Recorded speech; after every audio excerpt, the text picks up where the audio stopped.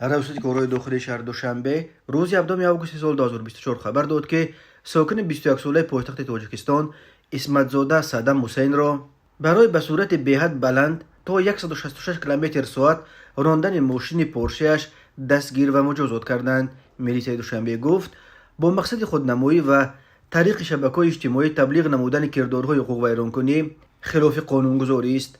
بنا به گزارش مرکز مطبوعات ملی پایتخت تاجیکستان، شهروند اسمت زاده صدام حسین سال تولدش 2003 راننده واسطه نقلیات تمغه پورشه رقم قید دولتیش 0911 RR01 ماشین خود را به صورت بلند اداره نموده همزمان این کردار خود را به نوار گرفته در شبکه‌های اجتماعی نشر کرده است که باعث واکنش‌های منفی شهروندان گردید. از جانب میلیسای پایتخت حالت مذکور مورد سنجش قرار داده شده اسمت زاده صدام حسین و ماشین او به میلیسیا دسترس کرده شدند.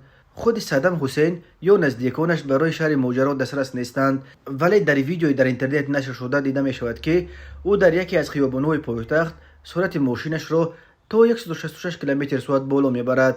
این در حالی است که در حدود شهر با سرعت از 50 کیلومتر ساعت بلندتر راندن واسطه‌های نقلیات ممنوع می باشد. وابسته به این حالت نسبت به نام برده طبق طلبات ماده 324 و 325 قسم 2 کودکس حقوق ویرانکنی‌های مأموری جمهوری تاجیکستان پروتکل مأموری ترتیب داده او را جریمه بستند.